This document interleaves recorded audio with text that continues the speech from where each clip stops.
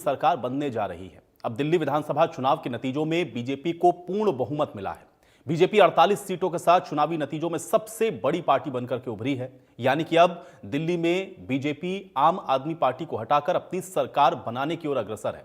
चुनाव आयोग के मुताबिक बीजेपी 40 सीटें जीत चुकी है, 8 सीटों पर उससे बढ़त है, यानी कि कुल 48 सीटें हैं। आम आदमी पार्टी भी 18 सीटों पर जीत हासिल कर चुकी है, 4 सीटों पर वो आगे है, यानी कि कुल 22 सीटें अभी आम आदमी पार्टी के पास हैं। कांग्रेस का खाता इस बार भी नहीं खुला है। बीजेपी ने 1993 में 53 सीटें यानी कि 2/3 बहुमत हासिल किया था और 5 साल की सरकार में मदन लाल खुराना, साहिब सिंह वर्मा, सुषमा स्वराज सीएम बनाए गए थे। अब इस बदलाव में आपके अरविंद केजरीवाल नई दिल्ली और सिसोदिया जंगपुरा से अपना चुनाव हार गए। मुख्यमंत्री आतिशी हालांकि कालकाजी सीट से चुनाव जीती, सत्येंद्र जैन भी चुनाव को हारे।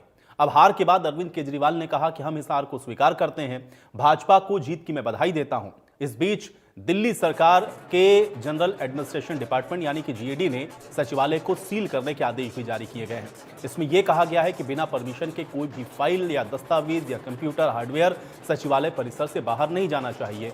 अब कुछ तस्वीरें आपको पहले दिखाते हैं। देखिए किस तरीके से आज जो जश्न की तस्वीरें हैं वो हरियाणा में भी देखने को मिली हैं, क्योंकि हरियाणा के कार्यकर्ताओं की, हरियाणा के नेताओं की आपने देखा कि जो जिम्मेदारियां हैं वो दिल्ली की लगभग 35 से 37 सीटें थी जिस पर तय की गई थी, और उसका जो नतीजा है वो आज आप देख रहे हैं कि परिणामों में कुछ इस तरह से है कि आज ये जो वनवास है वो भारतीय जनता पार्टी का 27 साल का खत्म हो रहा है। और ये जश्न की तस्वीरें आप देख सकते हैं, बहादुरगढ़, कुरुक्षेत्र, तमाम जगहों पर आज हरियाणा में भी जो कार्यकर्ता हैं उत्साहित नजर आए हैं।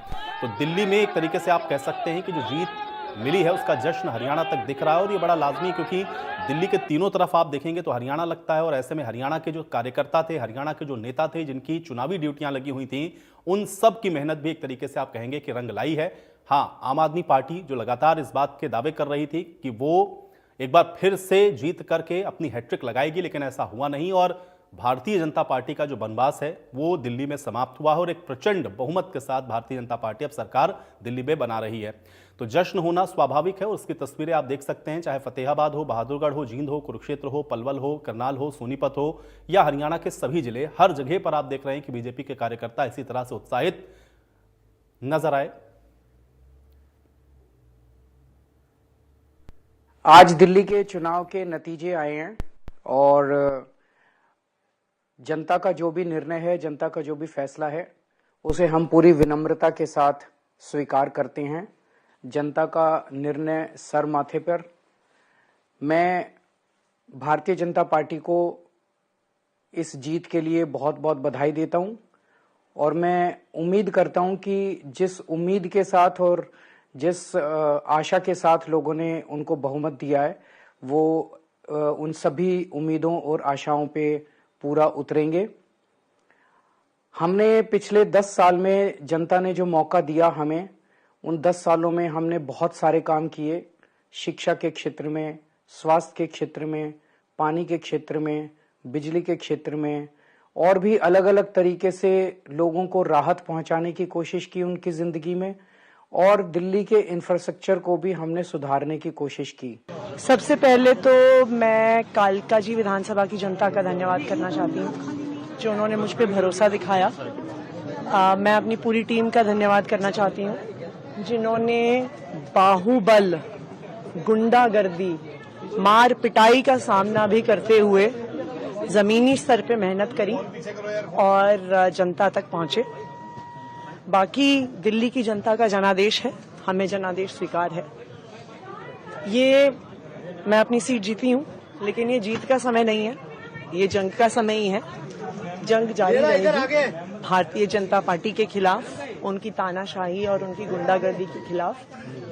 आम आदमी पार्टी हमेशा गलत के खिलाफ लड़ती आई है और हमेशा गलत के खिलाफ लड़ती रहेगी। ये जरूर एक सेटबैक है, लेकिन आम आदमी पार्टी का संघर्ष दिल्ली के लोगों के लिए, देश के लोगों के लिए कभी खत्म नहीं होगा। दिल्ली के लोग अपना अगर कोई बीमारी आ जाती थी, इलाज कराने के लिए मजबूर थे। दिल्ली के लोग जो इन्होंने कहा था कि हम अच्छे स्कूल देंगे, उस शिक्षा से वंचित थे। और आज दिल्ली के लोगों ने नरेंद्र मोदी जी की उन जन कल्याण नीतियों के ऊपर मोहर लगाई है, मोदी जी के कामों के ऊपर मोहर लगाई है और आपदा सरकार को बाहर किया है। अपनी कमियों को छुपाने के लिए केजरीवाल साहब अपनी कमियों के आरोप दूसरे के ऊपर लगाने में माहिर थे और दोनों के दो, कांग्रेस और केजरीवाल, एक ही थैले के निकले व्यक्ति हैं। केजरीवाल का जो विचार है वो कम्युनिस्ट विचार है और उस विचार को उसको अपने से मतलब है, दिल्ली से कोई मतलब नहीं था। हमारे देश के लोकप्रिय प्रधानमंत्री नरेंद्र मोदी जी और देश के गृह मंत्री अमित शाह जी ने जिस प्रकार से इसे दिल्ली के चुनाव को संभालने का काम किया, हमारे राष्ट्रीय अध्यक्ष जगत प्रकाश नड्डा जी ने, ये जो अमित शाह जी की, जगत प्रकाश नड्डा जी का जो नेतृत्व और देश के प्रधानमंत्री नरेंद्र मोदी जी का जो मार्गदर्शन सरकार में भी और पार्टी में भी जो मिलता है, ये उसका कमाल है और उसी की नीतियों पर हम काम करते हैं। और भारतीय जनता पार्टी के तमाम सभी कार्यकर्ताओं को मैं इस जीत की बधाई देता हूं, जो उन्होंने कड़ा परिश्रम किया है, मेहनत की है और उन्होंने एक दिल्ली के चुनाव को बड़ी मेहनत के साथ, बड़ी ईमानदारी के साथ परिश्रम करते हुए भारतीय जनता पार्टी के पक्ष में जो वातावरण बनाने का काम किया और भारतीय जनता पार्टी की जो सरकार की नीतियां है वो जन जन तक पहुंचाने का। तो जीत के जश्न में आप देख रहे हैं कि इस तरह की जो प्रतिक्रियाएं हैं वो सामने आ रही हैं, जिसमें एक तरफ तो केंद्रीय नेतृत्व का आभार है, दूसरी तरफ कार्यकर्ताओं की अथक मेहनत, इसको भी उसका क्रेडिट दिया जा रहा है। लेकिन इन सब के बीच में अब दिल्ली की ये जो जीत है वो क्या संदेश दे रही है और इसका आगे आने वाले समय में और क्या इंपैक्ट होगा, क्योंकि देश के अंदर अभी और भी कई राज्यों में चुनाव हैं। आज इसी पर चर्चा करते हैं। पहले कुछ मेहमान हैं, उनका परिचय करवाते हैं। प्रोफेसर विधु रावल जी हमारे साथ, भारतीय जनता पार्टी के प्रवक्ता हैं। विधु रावल जी, बहुत स्वागत है आपका। ललित अरोड़ा जी हमारे साथ, कांग्रेस पार्टी के प्रवक्ता हैं। ललित अरोड़ा जी, आपका भी स्वागत है। राकेश भड़ाना जी हमारे साथ, आम आदमी पार्टी के प्रवक्ता हैं। राकेश भड़ाना जी, आपका स्वागत। और केसी मलकानिया जी हमारे साथ, वरिष्ठ पत्रकार हैं। केसी मलकानिया जी, आपका भी स्वागत है। विधु रावल जी, आपसे शुरुआत करूंगा। सबसे पहले तो जीत के लिए बहुत बधाई आपको। आप लोग जो बातें बार बार कह रहे थे, चुनावों से पहले भी आप ये कह रहे थे कि आप अपनी जीत को लेकर के आश्वस्त हैं, वो कुछ नंबरों में भी उसी तरह से रिफ्लेक्ट हो रहा है। क्या कारण मानते हैं ये जो जीत मिली आप लोगों को, आप लोगों का जो 27 साल का वनवास है वो समाप्त हुआ? आयुष जी, आपको नमस्कार और आपके माध्यम से इंडिया न्यूज देख रहे सभी दर्शकों को और जो हमारे साथी पैनलिस्ट हैं विभिन्न पार्टियों से और पत्रकार साहब हैं उनको भी नमस्ते। देखिए, आज ऐतिहासिक दिन है क्योंकि भारतीय जनता पार्टी का जो जीत का जगरनॉट हम देख रहे थे पूरे हिंदुस्तान में 2014 के बाद से पूरे भारत के अंदर जो है पैन इंडिया इफेक्ट देख रहे थे कि भारत के विकास के, भाजपा के विकास के मॉडल के साथ जो है जनता जा रही है। एक अपवाद जो है, लगातार दिल्ली का विधानसभा का चुनाव रहता था क्योंकि हम एमसीडी लगातार जीत रहे थे, शीला जी के जमाने से जीत रहे थे, बल्कि उससे पहले से जब दिल्ली विधानसभा भी नहीं बना था उस समय से हम जो है 1955 से जो है जनसंघ के समय से हम एमसीडी जीत रहे थे। इसी तरह से हम लोकसभा का चुनाव लगातार दिल्ली में 7 की 7 सीटें जीत रहे थे। लेकिन बीच में जो एक गैप छूट रहा था क्योंकि एक बड़े भ्रम और झूठी जो राजनीति चल रही थी उसको जनता ने पार किया और क्योंकि आसपास जो है दिल्ली के आसपास देखा जाता था कि जो प्रदेश है वो भाजपा शासित प्रदेश है, वहां जब विकास की बयार बह रही हो और दिल्ली के अंदर केवल झूठ का एक राजनीति चलती रही हो, लगातार झूठ बोलना, बार बार झूठ बोलना, एक झूठ को छोड़कर अगले दिन नया झूठ बोल देना, उससे अगले दिन रोज तीसरे दिन झूठ बोल देना, मुझे लगता है दिल्ली की जनता इससे फेडअप हो गई थी।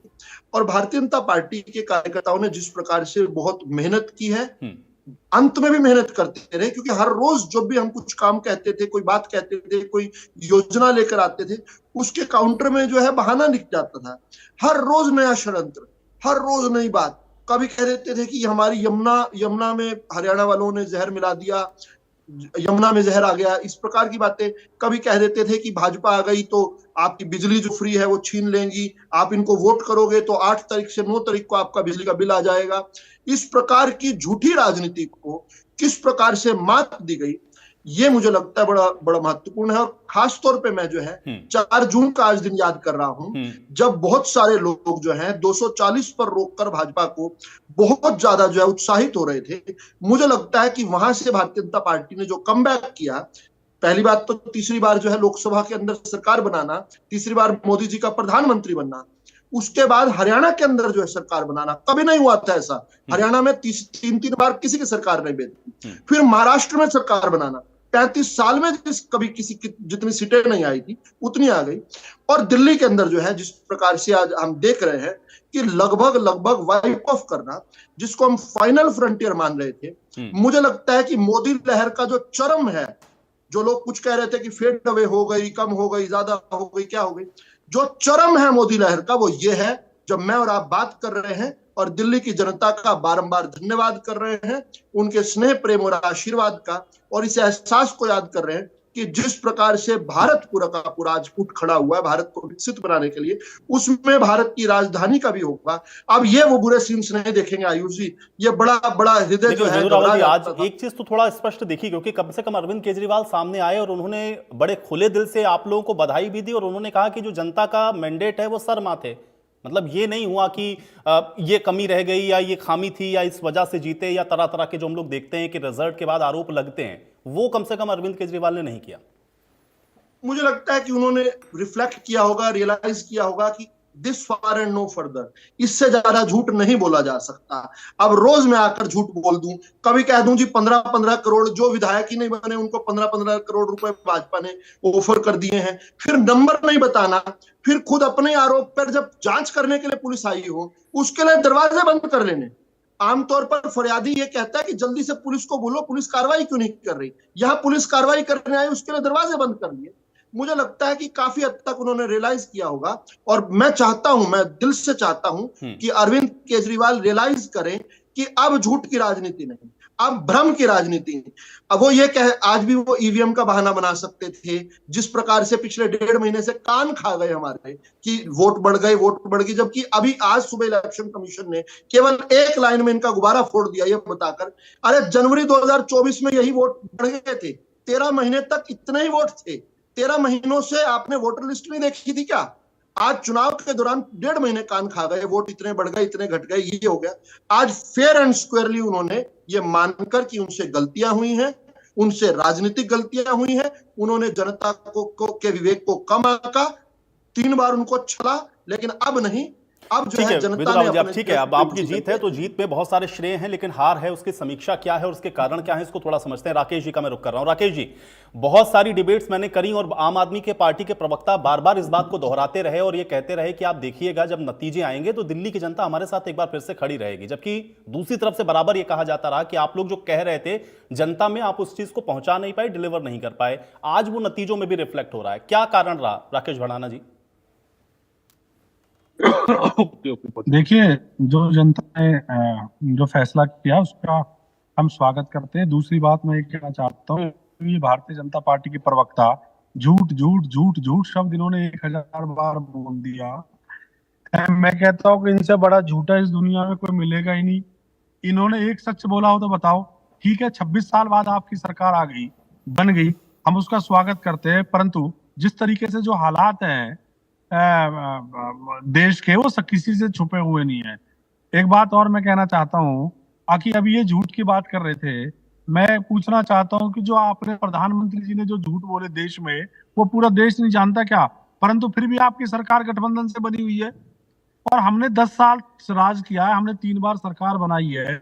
ये इस बात को इतनी जल्दी भूल गए कि हमने 3 बार सरकार दिल्ली में बनाई है, इन्हें मुक्की खानी पड़ी थी 3 बार, और नगर निगम में अभी कुछ दिन पहले, 1.5 साल पहले भी इन्हें मुक्की खानी पड़ी थी। तो यही है ना, देखिए अगर ये झूठ बोल रहे होते और आपने काम किया होता, राकेश जी नहीं, राकेश जी आज तो नतीजों का दिन है ना, आज तो जनता ने मोहर लगा दी। अब विदु रावल जी के कहने से या बीजेपी के कहने से कुछ नहीं, वो तो जनता ने तय कर दिया। रेवड़ी की बात करते थे, आज वो तो जनता ने तय कर दिया। मैं तो इनकी बात अगर आपने काम करा होता या आप अगर 10 साल बहुत अच्छा परफॉर्म कर रहे थे, नो डाउट आपको जनता ने चुना, लेकिन अगर आपने उसको और बेहतर किया होता तो आज ये सत्ता में नहीं होते। क्योंकि आप तो ये कह रहे थे कि अरविंद केजरीवाल तो बार बार इस बात को कहते थे ना कि आप तो 50 साल मुझे नहीं हटा सकते यहां से। देखिए, कई बार परिस्थितियां बदल जा सकता, हमसे कोई बात चूक हो गई हो, जो जनता ने आज जो हमें फैसला लिया है, तो कुछ नहीं होगी।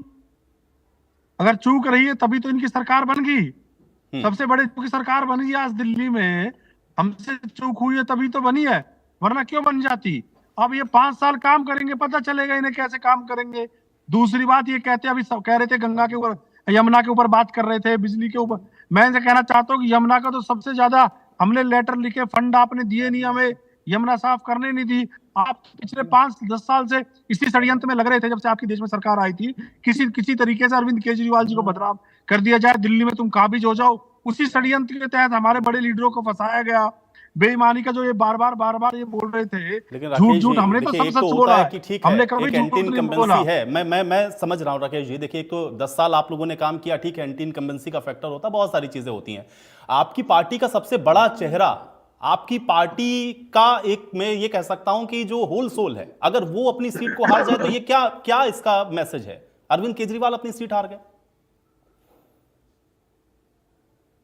देखिए, मैं कह रहा हूं कि कहीं ना कहीं चूक रही होगी, चूक होती है तभी तो दूसरे की सरकार बनती है। तो आप मानते हैं, आप ये मान रहे हैं इसका मतलब कि आप वो डिलीवर नहीं कर पाए, तो फिर ये मत कहिए ना कि इन्होंने भ्रमित किया या फिर ये झूठ ये भी बोलते हैं। भाई जनता ने ये तय कर दिया ना कि वो आप पर भरोसा नहीं कर रहे हैं इस बार। नहीं, वो भरोसा नहीं करते तभी तो हम 22 पे रह गए और ये 40 पे उस पे चले गए। तो हम तो मैं तो इस बात को मान रहा हूँ, कोई चूक रही है, परंतु ये झूठ की बात कर रहे थे, मैं तो उसका जवाब दे रहा था।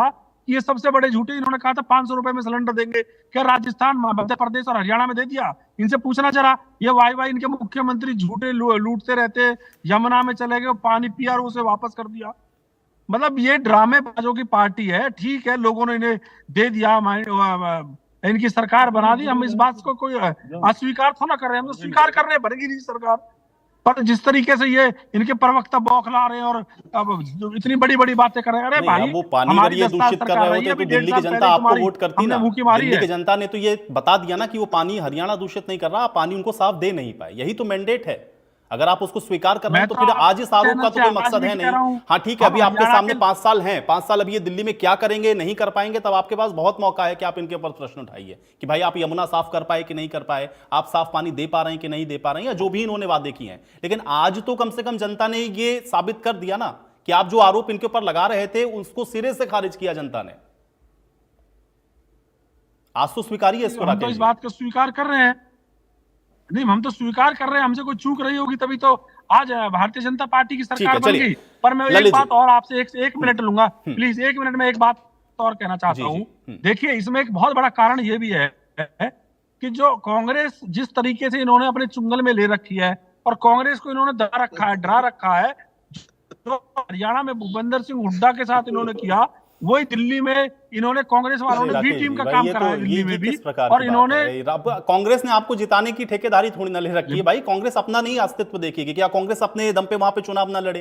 भाई आप तो कांग्रेस का विरोध करके दिल्ली की सत्ता पे काबिज हुए थे और आज आप ये कह रहे हैं कि कांग्रेस वहां पे लड़ करके आपके कैंडिडेट को हरा रही। भाई दिल्ली की सत्ता पे आप शीला दीक्षित जी को हरा के ही तो आए थे ना, आप तो कांग्रेस से लड़ करके दिल्ली में आए थे। आज आप उनसे क्या अपेक्षा कर रहे थे कि वो बैठ जाए आपके साथ आ जाए? जब इंडिया गठबंधन बना था तो राहुल गांधी जी हमारे पास आए थे, हमें इंडिया गठबंधन में लिया था। परंतु आप जब प्रदेशों की बात आई, राहुल गांधी जी हरियाणा में हुड्डा से कहते रहे बार बार कि आम आदमी पार्टी से गठबंधन कर लो। हुड्डा इनके चुंगल में आया पड़ा था। हुड्डा साहब को पता था अगर तुम इनसे गठबंधन करोगे हरियाणा में सरकार बनेगी, ये जेल में डाल देंगे। मैं सुबह से देख रहा हूं बहुत सारी चर्चा में मैं रहा हूं, बार बार आम आदमी पार्टी का जो आरोप है वो कांग्रेस पर पहुंच जाता है। मैं फिर से एक बार रुक करता हूं ललित जी का। ललित जी, ये आम आदमी पार्टी की टीस ये है कि ठीक है चलिए हमसे कमियां थी खामियां थी हम हारे, लेकिन उसका एक बहुत बड़ा फैक्टर वो ये कह रहे हैं कि कांग्रेस पार्टी रही है और इस वजह से हमारी ये स्थिति हो गई।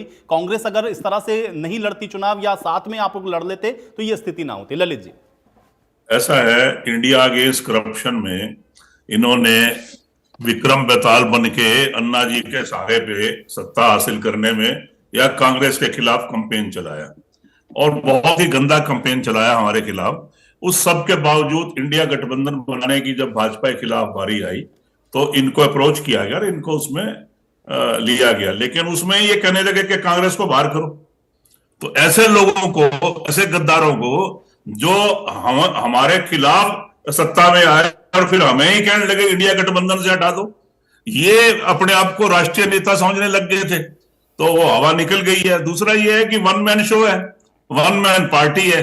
तो मैं तो ये कहता हूं कि भारतीय राजनीति के क्षितिज पर उभरे एक ऐसे सारे केजरीवाल हैं जो अब धूमकेतु बन गए हैं, हाशिए पर चले गए हैं और अब 2029 के चुनाव में इनको चाहिए कि विपक्षी एकता के लिए मन वचन कर्म से काम करें, दूसरों की शिकायतें बंद कर दें।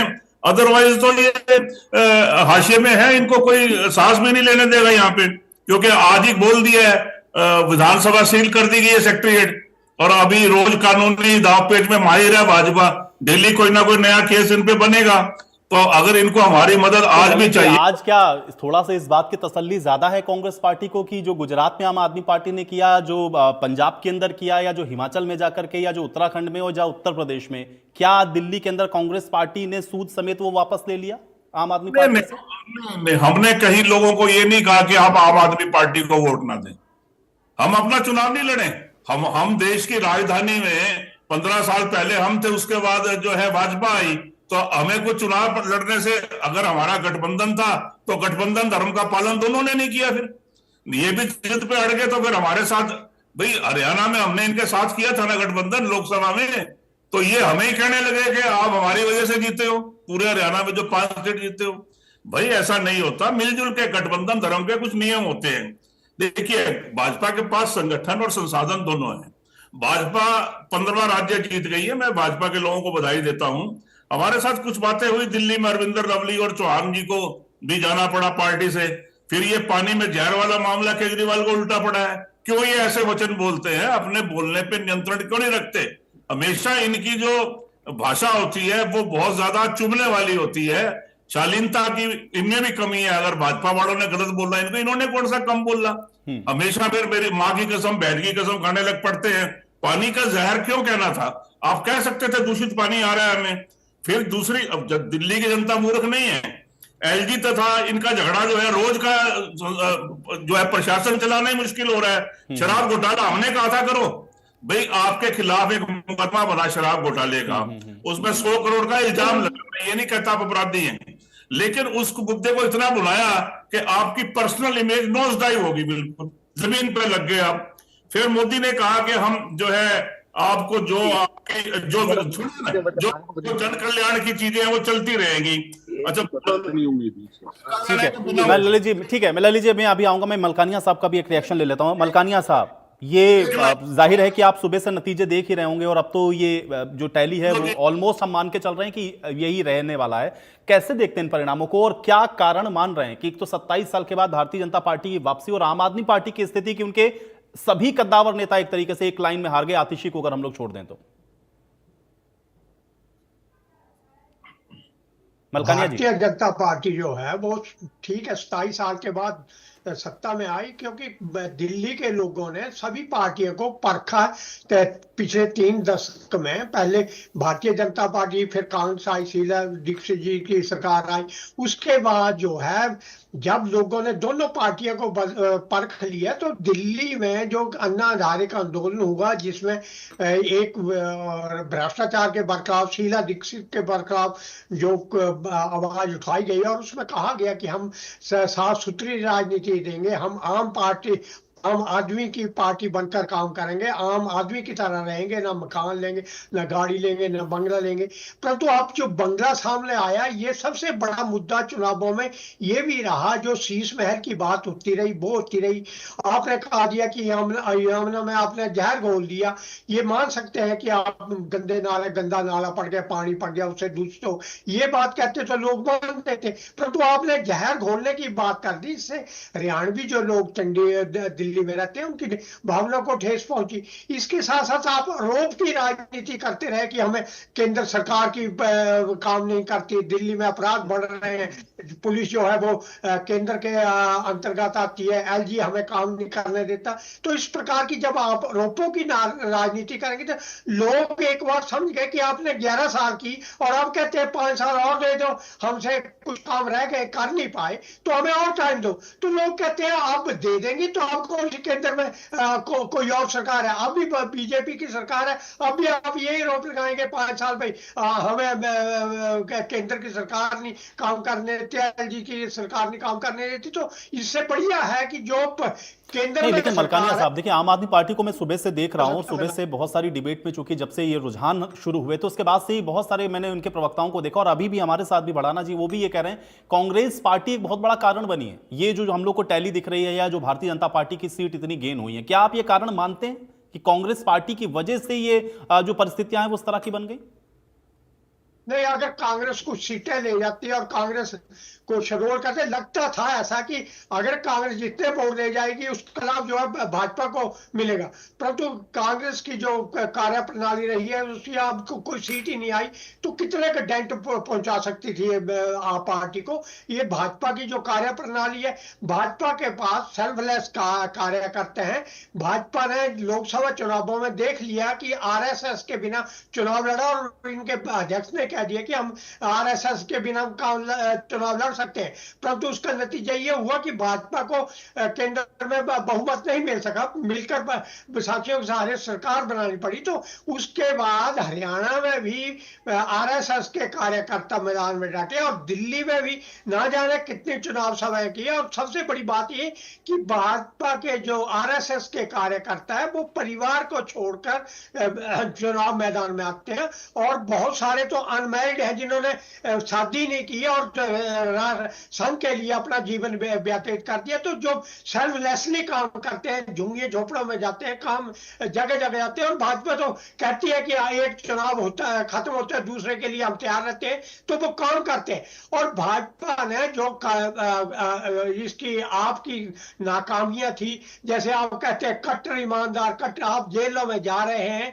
आप पे आरोप है, आरोप तो सिद्ध होने के लिए टाइम लगता है, तो आप कहते हैं कौन सा आरोप सिद्ध हुआ, एक चोरी नहीं मिली, हम कट्टर ईमानदार हैं, हरियाणा ने जार खोल दिया, अब जो हम आम आदमी है, तो इसका जो असर है लोगों पे पड़ता है। भाजपा इस बार कम्युनिकेट करने में सफल हुई है कि आप पार्टी की क्या नाकामियां हैं, और जो आप पार्टी है वो कुछ डिलीवर नहीं कर सकी, जिसके कारण जो है वो आपकी सरकार बनी है। अब देखना है कि भारतीय जनता पार्टी ने जो वायदे किए हैं, भारतीय जनता पार्टी को भी मजबूरी जो फ्री की राजनीति है उसको अपनाना पड़ा। मलकानिया जी, बहुत महत्वपूर्ण प्रश्न की ओर आपने इशारा किया, मैं इसी प्रश्न पर जा रहा था, मैं विधु रावल जी का रुख कर रहा हूं। विधु रावल जी, चुनावों में आप लोगों ने बहुत सारे वायदे किए हैं, अब चूंकि अब जाहिर है कि एक तो 10 साल इनकी सत्ता थी, एंटी इनकम्बेंसी थी, बहुत सारी चीजें ये नहीं कर पाए, आपने कहा, जनता ने कहा ठीक है अब आपको वो मौका दे रहे हैं। अब यहां से चैलेंजेस होंगे आगे आप लोगों के सामने, जो वायदे किए हैं, भाई यमुना को साफ करना ये बहुत बड़ा चैलेंज है, दिल्ली की सीवर और तमाम तरह की जो समस्याएं हैं जिसको मुद्दा आप लोगों ने बनाया,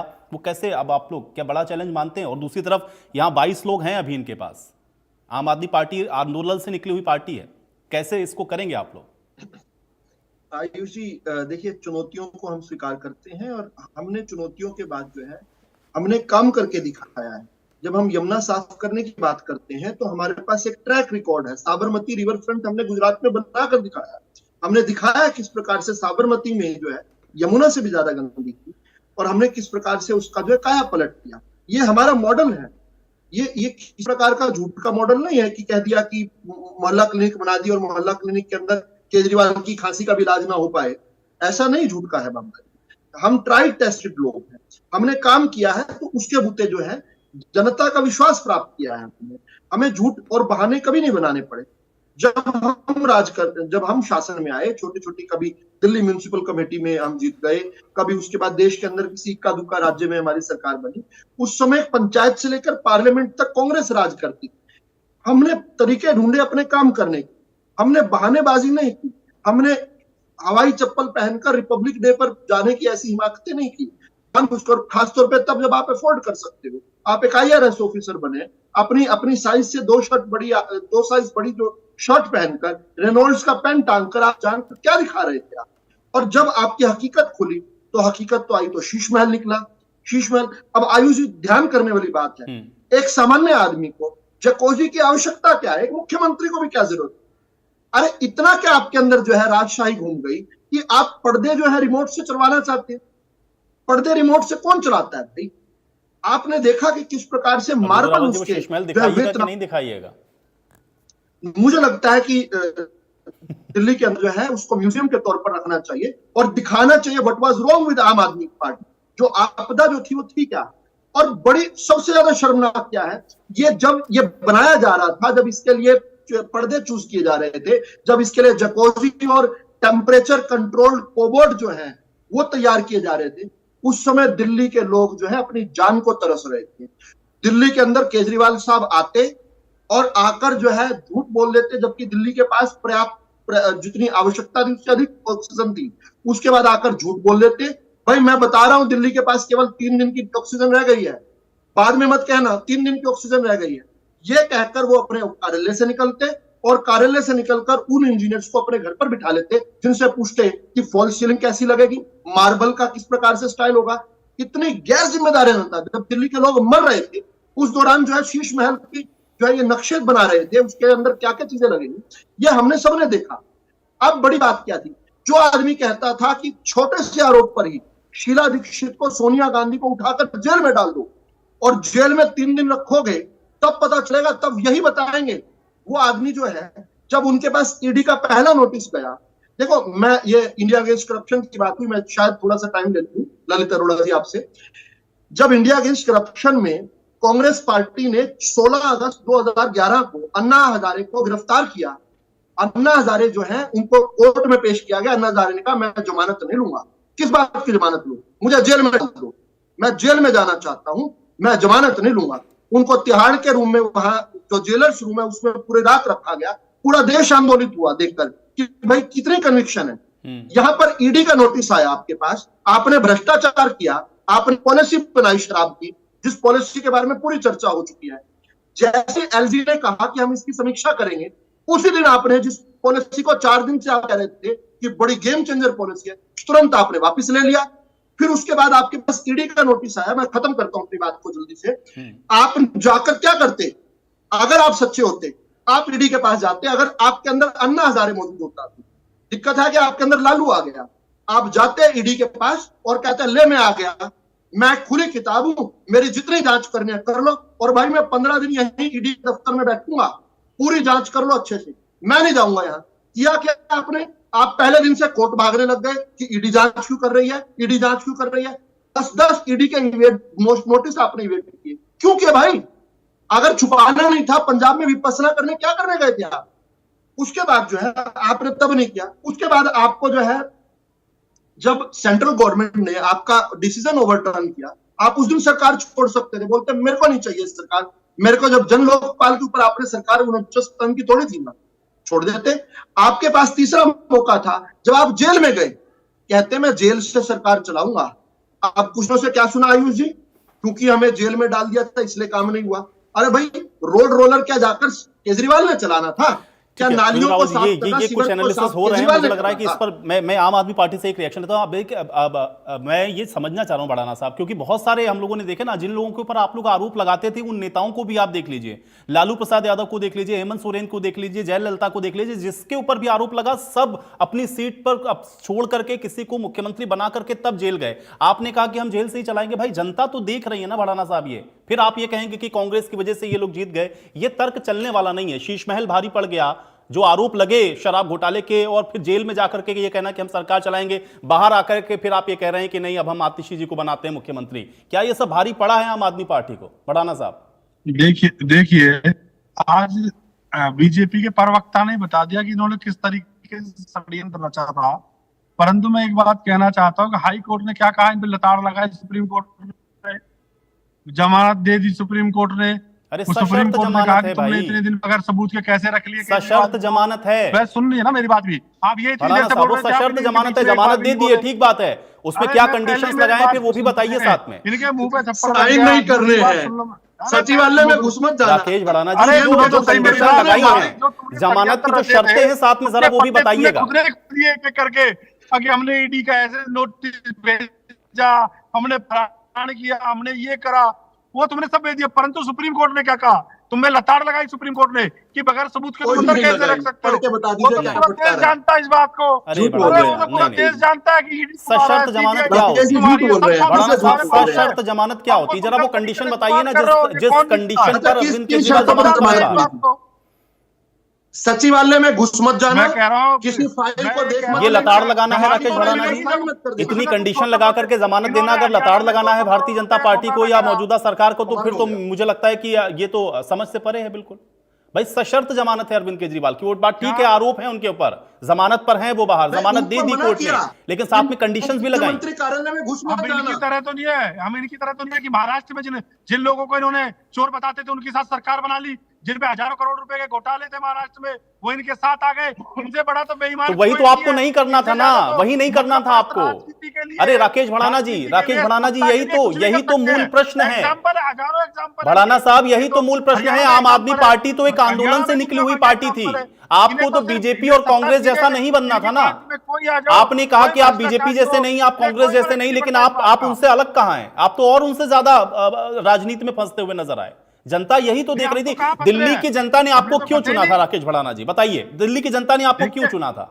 जब पहला चुनाव आप जीते थे तो क्यों चुना था दिल्ली की जनता करने के लिए चुना था, तो हमने सेवा करी है जनता नहीं, की। तब आपने हमने सेवा नहीं बिजली करी फ्री थी, दी, तब आप हमने एक पानी आंदोलन फ्री से दी, निकले थे, आपने हमने लोगों को अच्छे सपने स्कूल दिखाए बनाए, थे। हमने स्वास्थ्य, लेकिन आपके मोहल्ला ऊपर क्लिनिक करप्शन के बनाए, चार्ज लगे। जब आप ये हमने कहते थे सबको शीला बताया। दीक्षित के खिलाफ आपके पास अटैची भर के सबूत हैं, उनको अपनी सत्ता छोड़ देनी चाहिए, लेकिन जब आपके ऊपर एक आरोप लगा तो आपने ये कहा हम जेल से सरकार चलाएंगे। फिर आप सोचते हैं कि जनता आपको वोट कर दे? नहीं, इनके कहने से थोड़ा हम सत्ता से सरकार से इस्तीफा तो आपके दे, कहने से उन्होंने शीला बाहर दीक्षित जी को आके छोड़ देना केजरीवाल चाहिए था। ने यही बाहर आरोप आके तो आप लगा रहे थे ना, वो तो जनता ने तय कर दिया ये ना। तो सब चाह रहे थे, हमारे एमएलए के साथ इनकी ये खरीदना चाह रहे थे। केजरीवाल जी अंदर थे, सोच रहे थे कि बाहर एमएलए खरीद के सरकार बना ले। इनका षड्यंत्र है पूरा, सरकार इन्हें चाहिए। अच्छा, कौन थे वो एमएलए, जरा उनके नाम बता दीजिए। जैसे मध्य प्रदेश में इन्होंने करा, महाराष्ट्र में इन्होंने करा। राकेश जी, वो एमएलए जरा बताइए तो, जिनको फोन गए थे, कुछ नाम होंगे ना उनके। वो जीते हैं आज कि नहीं जीते? हमने बता तो दिए थे, पहले भी हमने सार्वजनिक करे थे वो नाम, और इनके पास सबूत हमने भेजे थे। तब इन्होंने एक बार पुलिस नहीं भेजी, और कल इन्होंने साथ के साथ ही पुलिस भेज दी। वो पुलिस उन्होंने तो 5 आपको तारीख को तो आपको तो स्वागत करना चाहिए था, लोगों को पुलिस निकलने को नहीं दे रहे थे लोग, जब लाठियां चला रहे थे। आपने कहा और हमारे पुलिस आ वोटरों गई। को वोट आपको तो निकालने जांच दे रहे थे करवानी चाहिए थी, आपने दरवाजे क्यों बंद कर दिए जांच के? आपने तो शिकायत हम की, तो जांच कराने पुलिस के आ लिए गई तैयार आपकी हैं, हम शिकायत काम ना कर रहे हैं। पर। आपको जांच करवानी चाहिए। नहीं ठीक है, लेकिन आज भड़ाना साहब इस आरोप प्रत्यारोप का क्या, मुझे ये बताइए ना कि खामी क्या है? भाई, आप सब कुछ बेहतर कर रहे थे, आप एकदम पाक साफ हैं, अगर तो जनता ने आपको क्यों नहीं? क्योंकि अरविंद केजरीवाल ने तो कहा था मैं जनता की अदालत में जा रहा हूं। अगर आपको लगता है कि मैंने आरोप मेरे ऊपर जो लगे हैं वो सही है, तो मुझे जेल में रहने दीजिएगा, वोट मत दीजिएगा, मुझे हरा दीजिएगा। आज जनता ने वो कर दिया। ईमानदारी का सर्टिफिकेट तो वो गए थे लेने जनता के बीच में, तो अब ये माना जाए कि भाई ईमानदारी का सर्टिफिकेट जनता ने नहीं दिया उनको। मैं कह रहा हूं, जो भारतीय जनता पार्टी झूठ फरेब की जो राजनीति करते अरे हैं, वो तो करते हैं भाई, ठीक है। आप कह रहे हैं वो झूठ फरेब करते हैं, ठीक है, राजनीतिक तौर पर आप उनको कहिए, मुझे इस पर कोई आपत्ति नहीं। आप लोग आरोप प्रत्यारोप करिए। आप तो सर्टिफिकेट जनता से लेने गए थे ना भड़ाना साहब। अरविंद केजरीवाल ये कह के गए थे ना जनता के बीच में कि मेरा जो निर्णय है वो जनता करेगी, जनता ये तय करेगी कि मैं कट्टर ईमानदार हूं कि नहीं हूं। आज जनता ने वो तय कर दिया। क्या अरविंद केजरीवाल कट्टर ईमानदार नहीं है? नहीं, कट्टर ईमानदार तो आज भी है। आज भी तो जनता ने क्यों नहीं माना भाई? इनको जिताया क्यों नहीं?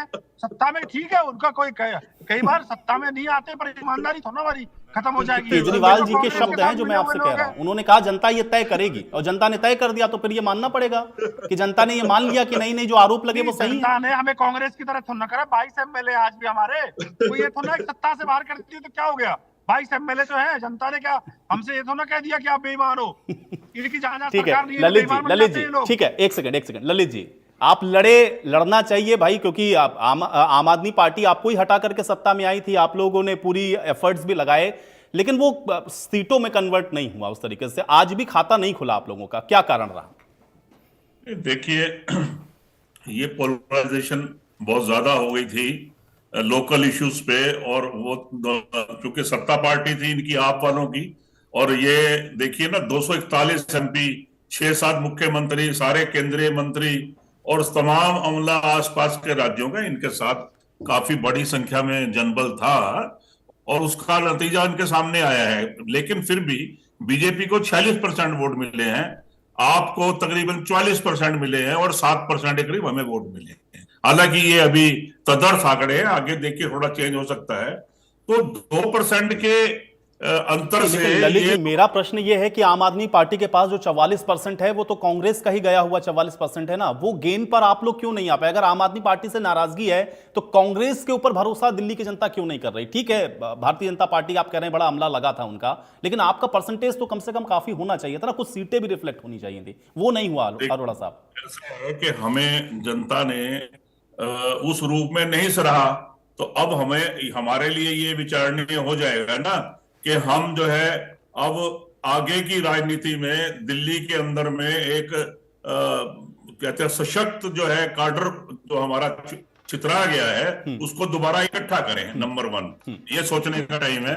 दूसरा, हमें ये भी सोचना होगा कि इस चुनाव में जो हमारे खिलाफ बहुत से लोग इंडिया गठबंधन से ही हमारे खिलाफ, या यूं कहिए कि आपके साथ थे, तो अब हमें सोचना पड़ेगा हमें आगे की रणनीति पे भी क्योंकि आज भी हम 101 के साथ और भाजपा 241 के साथ नंबर 1 और हम 2 नंबर की पार्टी हैं। तो अगर हमारे को आगे दिल्ली में स्ट्रेंथ, दिल्ली में तो देखिए ना, पीछे 7-7 सीटें सातों की साथें भाजपा को जा रही थी, तो ऐसा तो है नहीं कि भाजपा का वोट बैंक नहीं था। 54% तो ये वहां भी ले गए थे, तो इनका वोट बैंक एक्चुअल तो बढ़ा ही है 46% ये विधानसभा में, तो हमारा भी बढ़ा है 3%।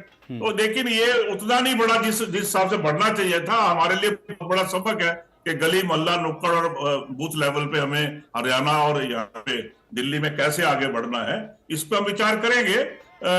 और लेकिन अलायंस पर इसका असर होगा क्या ललित जी? क्योंकि मैं कुछ ट्वीट्स देख रहा था और एक बड़ा दिलचस्प ट्वीट था जो कि उमर अब्दुल्ला जी ने किया। उन्होंने तो बस एक लाइन लिखी, और लड़ो आपस में।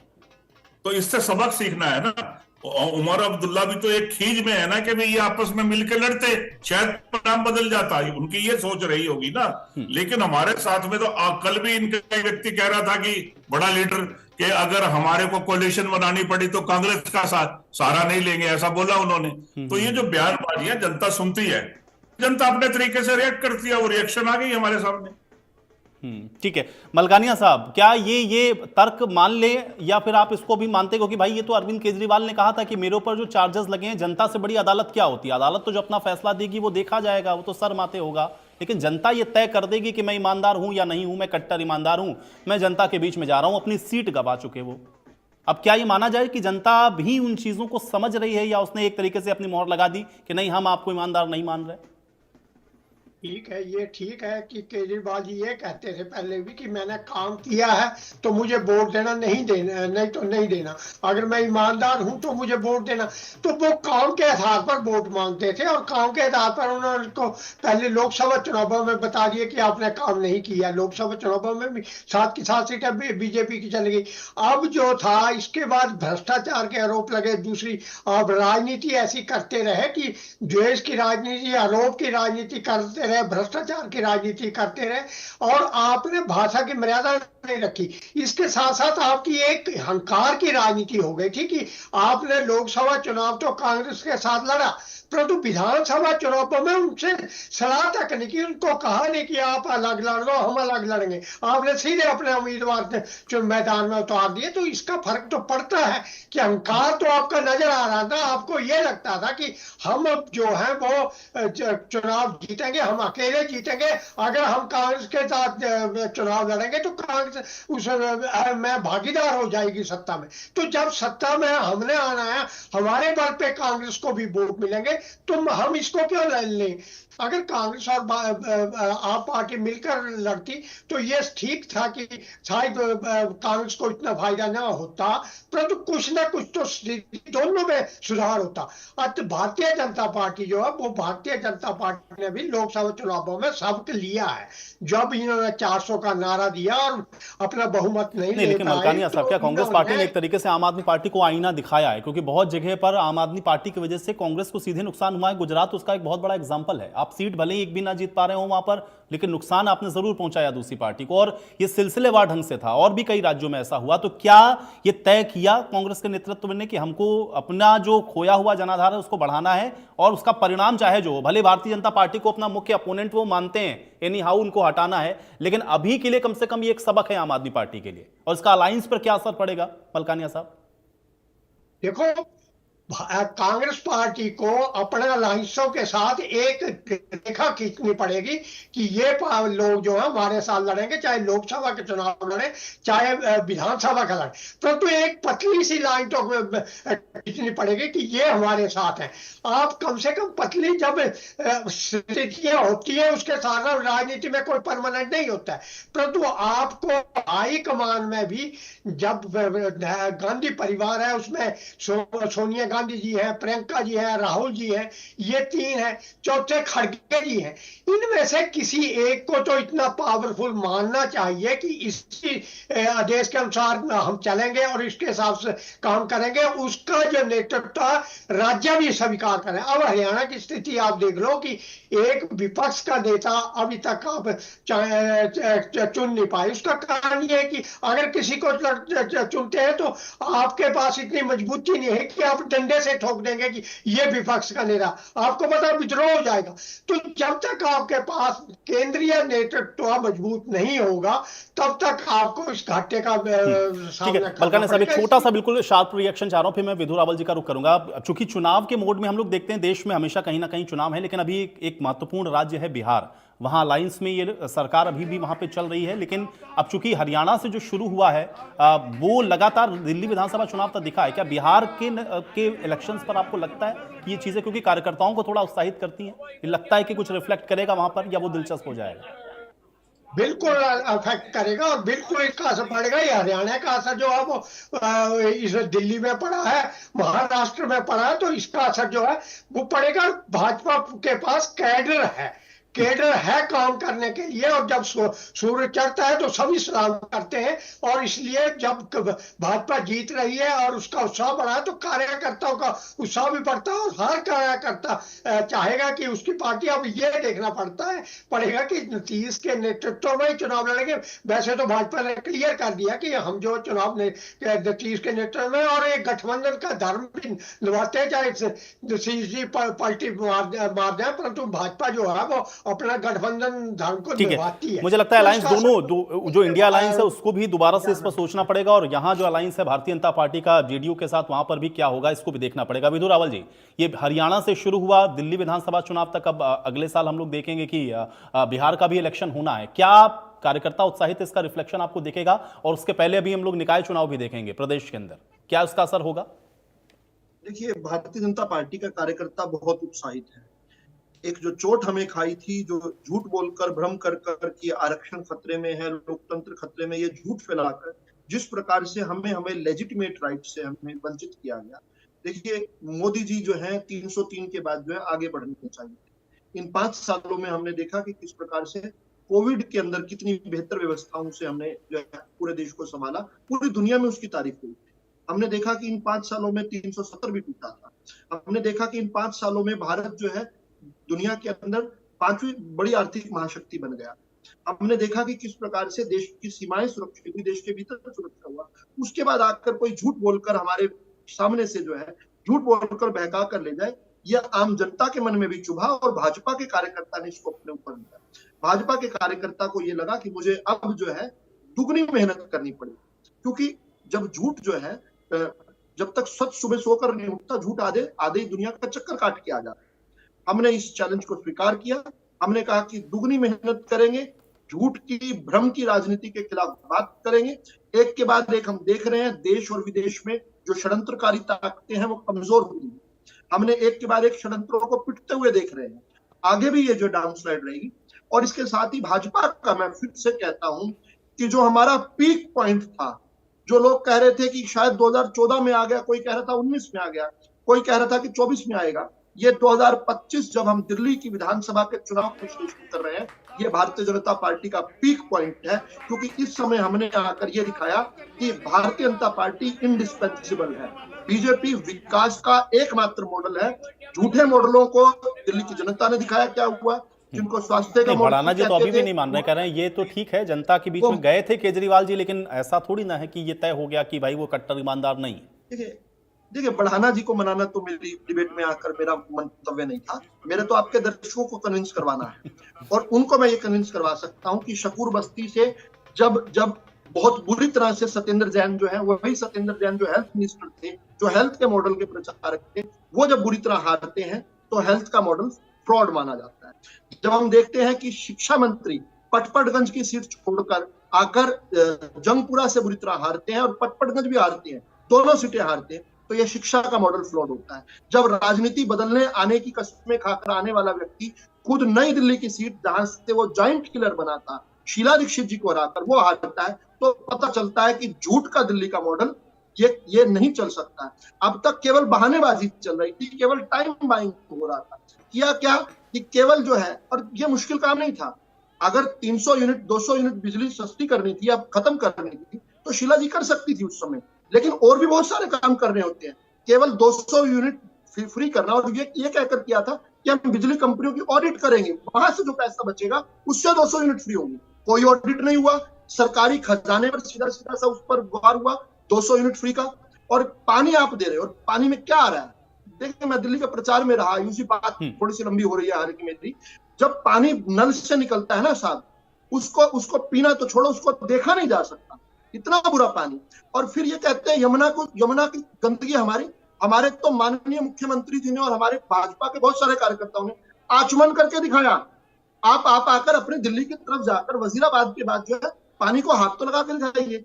घर से दिल्ली वाला निकलता है और देखता है कि सड़क पर नहीं चल रहा, नालियों में चल रहा, नाली और सड़क के बीच का फर्क खत्म हो गया। थोड़ी सी आगे जाकर देखता है कूड़े का पहाड़ बन गया।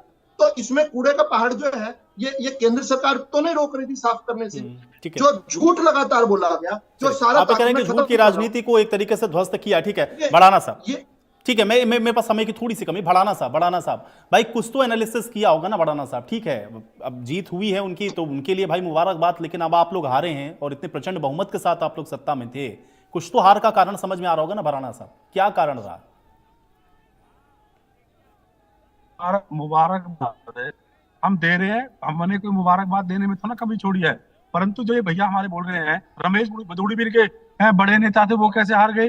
दूसरी बात, ये यमुना के पानी की बात कर रहे हैं, गंगा ने मुझे बुलाया है, गंगा ने मुझे अपनी गोद में लिया है, ये कौन गीत गाते थे? इनके प्रधानमंत्री, मैं गंगा को साफ करूंगा, हजारों करोड़ रुपए इन्होंने खर्च कर दिए गंगा पे, सारे पैसे ढकार गए अपने जेब में रख के, वो कहां चले गए? नहीं, आप ये तो मैं भड़ाना साहब कह रहा हूँ, ये तो अब आपको अगले 5 साल तक कहना ही है। अब अगले 5 साल तक भड़ाना जी आप खूब इनके ऊपर तनकीद कसिएगा कि भाई आपने ये काम नहीं किया, आप ये काम वादा करके आए थे, आप इसको करिए। मैं ये कह रहा हूं कि आज तो हार का कुछ एनालिसिस किया होगा ना। अब रमेश बिधूड़ी के हार जाने से अरविंद केजरीवाल की हार को क्या आप जस्टिफाइड कर देंगे कि इनके रमेश बिधूड़ी हार गए तो हमारे अरविंद केजरीवाल भी हार गए, इसमें क्या बड़ी बात है? मैं कह रहा हूँ कुछ ना कुछ कमियां रही होंगी जो जनता ने हमें सरकार हमारी नहीं बनाई, बीजेपी की बना दी। तो ये तो देखो हम स्वीकार कर ही रहे हैं, जब सरकार बीजेपी की बन गई, और अभी बैठेंगे बात करेंगे कहाँ कमियां रह गई है, क्या इन्होंने कांग्रेस से साठगांठ करी है, बीजेपी ने तो सब जानते ही है जिस तरीके से हालात है। और देखते हैं क्या चलिए, साठगांठ वाली बात फिर आ गई। एक रिएक्शन में छोटा सा, ललित अरोड़ा जी, ये साठगांठ से ऊपर बढ़ ही नहीं पा रहे हैं, वो कांग्रेस को ही मान रहे हैं दोषी कि आप ही लोग दोषी हैं। और एक प्रश्न मेरा और था ललित जी, क्या इंडिया अलायंस दोबारा से रीअलाइनमेंट को सोचना पड़ेगा इसके बारे में? कांग्रेस पार्टी इससे कुछ संदेश दे रही है, जो आपके सहयोगी दल हैं उनको भी। मैंने पहले भी बोला अभी, लेकिन बात में कट गई थी। मैं ये कहना चाहता हूं कि इंडिया गठबंधन को कांग्रेस नहीं तोड़ना चाहेगी, और केजरीवाल जी जो मर्जी हमारे खिलाफ बोलते रहे, हम उनको समझाने की कोशिश करेंगे कि अपना रोल ठीक से अदा करें भाई, और हम सब मिलकर भाजपा के खिलाफ तो इनके साथ जीवन में भी ना जाए। इनसे ज्यादा बेईमान, इनसे ज्यादा चोर, इनसे ज्यादा झूठा कांग्रेस से कोई नहीं है। इनके साथ जाएंगे इंडिया गठबंधन में। आप गालियां दे रहे हैं, मेरे को बात तो गालियां देना, अभी कभी नहीं जाएंगे इनके साथ बात को गठबंधन सपोर्ट में। करने के लिए कोई एविडेंस होना चाहिए ना। यूं तो किसी को चोर बोलते जो केजरीवाल की आदत नहीं है। अगर ये तरीका यही था, ठीक है, एक सेकंड, ललित जी की बात आ जाने दे। ललित जी, अरे भड़ाना साहब भाई आज तो सुनिए, आज सुन लीजिए भाई। अब तो जनता ने मोहर लगा दिया, दूसरों की बात भी सुनिए थोड़ा। मुझे लगता है जनता के सुनते तो आज शायद ये स्थिति ना होती। ललित जी कांग्रेस को भी शून्यता की हैट्रिक हुई है, शून्य की हैट्रिक हुई है कांग्रेस की भी। मैं आपको कुछ कहना चाह रहा हूँ, ध्यान से सुनिएगा मेरी बात को। डिबेट में पता चल गया